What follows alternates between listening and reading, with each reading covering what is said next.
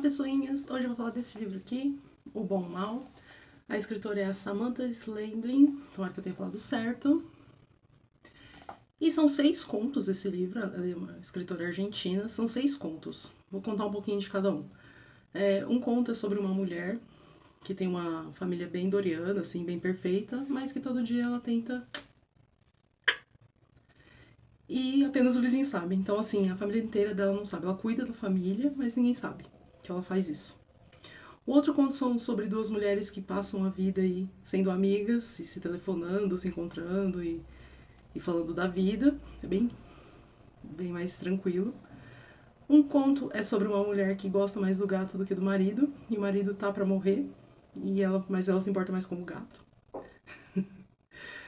Um conto é sobre 2 irmãs que elas vão pra praia sempre, e lá elas têm uma senhora que mora sozinha e elas vão lá cuidar dela.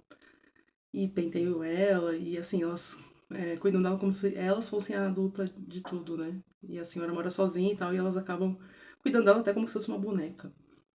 E o último conto, não, um outro conto é sobre uma criança e os pais, né? E esse conto é muito interessante, é um dos que eu mais gostei. Ele conta a história, mas através do viés da criança. Quem conta a história é o nenê. E aí ele vai crescendo, e aí acontece uma tragédia com ele, por culpa do pai. Foi um acidente, obviamente. Mas o pai deixa alguma coisa ali, ele engole e acaba tendo um acidente.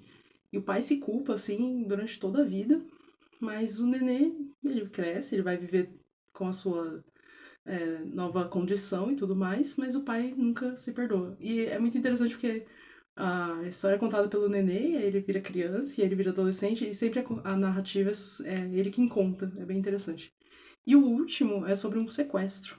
E aí, lá nas notas finais, sempre tem umas notas finais, né, no livro, ela conta, a autora, que ela conhece o sequestrador, mas ela não conta muito o porquê que ela conhece realmente isso aconteceu. O último conto é bem agoniante, assim. E ela não conta se é verdade ou se foi uma pilha que ela teve. Enfim, ela fala apenas que ela conheceu ele. Então fica aí a dica. Um beijo, até mais.